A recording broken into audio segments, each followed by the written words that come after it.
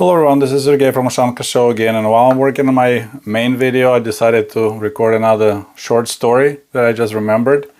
Once again about Soviet propaganda, and it's how it affected me when I was a kid. So every summer since I was a toddler, my mom took me to the village in northern Ukraine where my grandparents live, her parents. And now I'm a grandfather myself. I have a 6-year-old grandson, and periodically he stays with us. You know, we watch him. Sometimes he stays overnight for sleepover. And it's only now dawned on me, holy cow, I was in the village with my grandparents for 3 months, all entire summer. And just how they handled a tiny kid while still running their small plot of, you know, vegetables and potatoes, taking care of the cow, of the pig, of the chickens, you know, cooking in the wood-burning stove, all that stuff, and taking care of the grandson too. And of course it was different. There was no helicopter grandparenting at that time. I'm very lucky that I survived. There was one time I almost drowned on the river. We were like 6, 7 going ourselves to the river to swim. You know, that was okay. So anyway. So during that time, so that was my grandfather Sergei was still alive. I believe he passed away in the winter of 1983 or maybe 82. So I was 11, but I spent all my summers, all my childhood with him, and he really liked me. My mom said one of the reasons was because my name was Sergei and his name was Sergei, and he thought that, you know, my parents named me after him, and my parents didn't deny, neither confirm nor deny those allegations. But she said, well, in truth, just the name Sergei was so popular in early 1970s that so we just picked it. And you could tell, it looks like in around 1946, and Nikolai was extremely popular, because in my life I met a lot of Sergeis, and a lot of them were Sergei Nikolaevich. So their fathers were Nikolais, and then sons born in 1970s were Sergeis. So it's kind of interesting. So Sergei Nikolaevich, I had 4 or 5 Sergeis in my class, and 3 of them were Sergei Nikolaevich, including myself. So anyway, Grandpa subscribed to only one newspaper. It was called Сельская жизнь, Village Life, and of course it was a central newspaper out of Moscow. And they still published a lot of news like around the world, a lot of news from Moscow. So not like in America you have local newspapers, all they cover just local news, you know. That was my another disappointment when I came, and I was like, there's nothing to read. There's your local newspaper, they're talking about car crash, or somebody scored a buck, or there was a fire. There's no news like international news. We had a different situation. Every newspaper had to cover, you know, all the policies of the Soviet government and some news from the other countries. So that's what, in the evening, Grandpa, for some reason, liked to read out loud newspaper to me. I think he enjoyed it because I was a good listener and I asked questions. And then he realized that I have a really good memory. So one of the things he did with me in the evenings, you know, it's dark outside, we're done playing, I'm about to go to bed, is he was quiz me on the capitals of the countries, you know, mentioned in the newspapers, and the leaders. So I could answer, he's like, who is the leader of Egypt? Of course, I don't remember now, but I would reply. Who is the leader of France? Who is the leader of UK? And I just had such a good memory that once I heard it once, I remember that. So I would reply instantly, correctly, and my grandpa would be so sure, he would slap his thigh, and he's like, when you grow up, you're going to replace Leonid Brezhnev. You're like, you are going to be excellent leader. You have an excellent memory. You already remember all the leaders and all the capitals, you know. So that was kind of interesting. And my grandfather was a big fan of Leonid Brezhnev. Unfortunately, I don't know why. I can only guess. Yesterday I talked to my mom, and she's in Kiev now, and I asked her, hey, I know he liked Brezhnev because on the most prominent spot in our in their house, so there was, you know, pictures. And there was a picture, like frame, and it included a lot of family photos, but in the middle, it was Leonid Brezhnev. So none of my friends had, in their houses, their grandparents, they had anyone no Stalin, no Khrushchev, no Brezhnev. My grandfather, for some reason, thought it's really important to have Brezhnev among the family. So it's like he was the main member of our family. And unfortunately, that I recovered that frame, that picture in the early 2000s when we kind of abandoned our house and quit going there, but there was still pictures hanging. So I brought icons and all the pictures, and I was in a hurry packing my stuff, going back to the Michigan, and I forgot. And now my mother says that she can't locate it, but if I'll find it, I'll show you a picture. I took a photo when I was taking this picture of the house. And so that was kind of interesting. As I said, it's the only time I knew someone who was like a big fan of a leader that considered, I understand if it's like an office of the factory or collective farm, you're required to have a portrait of your current leader on the wall. Here is just a private residence. But yeah, he liked Brezhnev a lot. I think maybe because Brezhnev, he liked medals a lot, all the stories.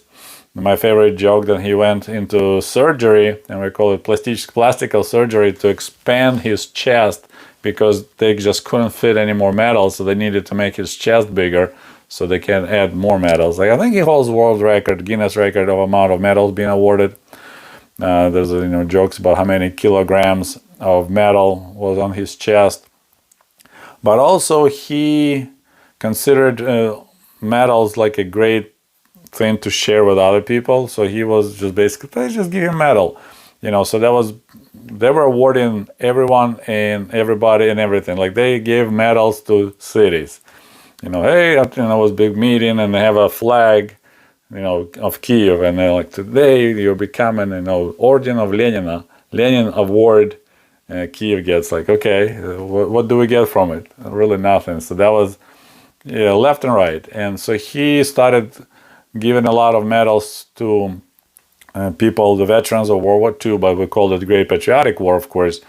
And a lot of them, like my grandfather, he didn't feel like a veteran because, he got drafted in the summer of 1941, shortly after Germany attacked Soviet Union. He became POW in the fall, escaped, came back to the village, got recaptured and sent to Germany. So he spent pretty much most of the war in Germany working there as a Ostarbeiter. Well, he was POW, so wasn't. Those people who were taken from Ukraine or Russia, Belarus, and sent to work in Germany, forcefully some volunteered, those are called Ostarbeiter. My grandpa was just a POW, but he ended up, after being in camp, then he ended up working actually at the farm around Leipzig area. Unfortunately, I couldn't locate any documents. I sent requests to Germany. They don't have any record. Maybe misspelling, because my last name of my grandfather, Malajava, it's kind of hard to spell. I don't know how the Germany will spell it. So anyways, I couldn't find any traces. So when he came back, Americans came. He wanted to go back to the Soviet Union because of his wife, my grandma, his son Misha, Uncle Misha. But when he got to the Soviet side, he got into NKVD filtering camp, and they looked at his record. He explained his situation. So they shipped him to the labor camp for traitors in Donetsk region, because if you remember, Stalin claimed, I don't have POWs, I have only traitors. You're supposed to kill yourself instead of surrender. So he almost died there, got recovered. I think I shared that story already about my grandfather being POW. I'll put a link below in the comment section. But anyway, so people like him, they were always like outcasts of the war. They never considered to be veterans. But it's changed on the Brezhnev. So my grandpa actually got a couple of medals. They were just mass-produced. So one would be, I believe, was like... I guess it was 50 years since the creating of Red Army, Soviet Army. Original was called Red Army, then they changed name to Soviet Army. So it was created in 1918, so in 1968 it was 50 years, so everyone who ever served got a medal, including my grandfather. Of course, under Stalin rule, he would never get any medals like that. And there was another medal, trying to think, maybe it was 30 years since the victory, because 1945, so 1975 he got another medal. So on the holidays, my grandpa could actually attach a couple of medals on his suit. And I remember those medals. Unfortunately, I don't know where they went. Not sure, but I don't have them. So that fact that he was treated as a veteran, I guess, built a lot of respect to Brezhnev. So he loved Brezhnev. And of course, during the Brezhnev era, it was like the best, pretty much times for Soviet people, like everyday lives.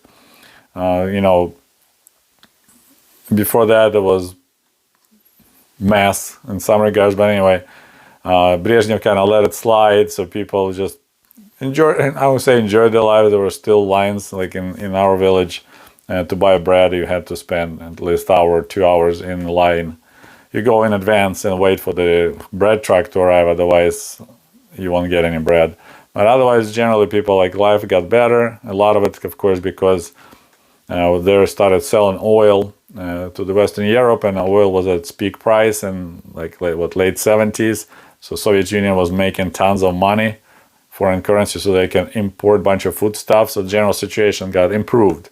It was, of course, artificial due to the high oil prices. Once the oil prices collapsed, it all went back to not that good, but that was kind of a good era, and he got respect again from the government. Hey, you sacrificed, even if you became a POW. So, but that whole story that the grandpa was so excited about my recollections, how good I remembered leaders and capitals, that he truly believed that I could replace one day Leonid Brezhnev. Of course, you may know now, it never happened. Leonid Brezhnev died about the same time my grandfather passed away in 1982. I believe they were born about the same year too. I forgot to check before, but my grandpa was born in 1907. And of course, here we are in the United States, in Michigan, telling you stories about Soviet Union. Anyway, I hope you enjoyed this little video. Once again, I'm working on my main topic. I hope I'll finish today. I should just share with you on this beautiful Sunday morning. So don't forget to like this video. Thank you so much for watching Ushanka Show.